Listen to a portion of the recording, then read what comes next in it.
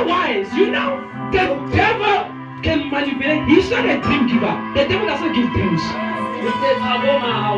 But the devil can manipulate dreams. Hallelujah. Every time you just see that other people are dying, other people are dying, other people are dying. But the devil is manipulating that dream in such a way that dream is about you. It's you that is dying. It's you that is dying. But the devil makes you to believe that it's also Margaret and who's dying. Mama, it's you.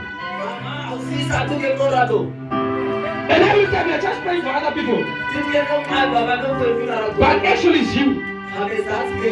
Your spiritual life dying, physical life dying, marital life dying, financial life dying, everything is just falling apart.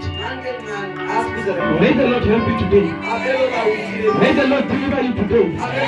May the Lord set you free today. May the Lord break that barrier of the enemy of your life today. Hallelujah. Doors suddenly close in your life. The time several Hallelujah.